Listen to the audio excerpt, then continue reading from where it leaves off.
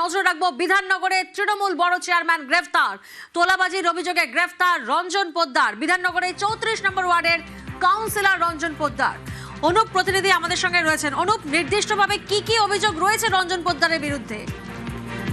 বিধাননগর পৌর নিগমের 34 নম্বর ওয়ার্ডের কাউন্সিলর রঞ্জন পোদ্দার এবং তিনি কিন্তু বড় চেয়ারম্যান, 5 নম্বর বড় চেয়ারম্যান, তাকে ইতিমধ্যে বিধাননগর উত্তর থানার পুলিশ গ্রেপ্তার করলো। তার বিরুদ্ধে শুধুমাত্র এই সমস্ত এলাকায় একাধিক পার্কিং থেকে শুরু করে সমস্ত জায়গায় তোলাবাজির কিন্তু অভিযোগ রয়েছে। দমকল মন্ত্রী সুজিত বসু, প্রাক্তন দমকল মন্ত্রী, তার কিন্তু তিনি একেবারে ঘনিষ্ঠ ছিলেন এবং সল্টলেক করুণাময়ী বাস স্ট্যান্ড থেকে সরকারি বেসরকারি সমস্ত বাসগুলো তাদের থেকে তোলাবাজির অভিযোগ এবং এই অভিযোগে তারই ঘনিষ্ঠ রানা নামে একজনকেও কিন্তু গ্রেপ্তার করা হয়েছে। রঞ্জন পোদ্দারের বিরুদ্ধে অভিযোগ নতুন নয়।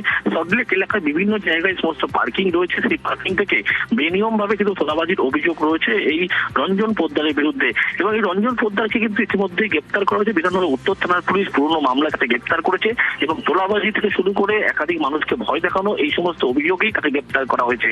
এবং সবদিকে শুধুমাত্র এই সমস্ত পার্কিং নয়, পার্কিং থেকে অটো চালক থেকে শুরু করে যে সমস্ত সবদিকে সরকারি বেসরকারি বাস, সেই বাসগুলোর থেকেও কিন্তু জোর করে তোলাবাজি করতেন, এমনটাই অভিযোগ একাধিক থানায় হয়েছিল। এবং সেই অভিযোগের ভিত্তিতে বিধাননগর উত্তর থানার পুলিশ এই রঞ্জন পোদ্দার, যিনি কাউন্সিলর 5 নম্বর বড় চেয়ারম্যান, তাকে এবং তার সাগরেদ রানাকে গ্রেপ্তার করেছে। আগামীকাল আদালতে পেশ করা হবে। বেশ।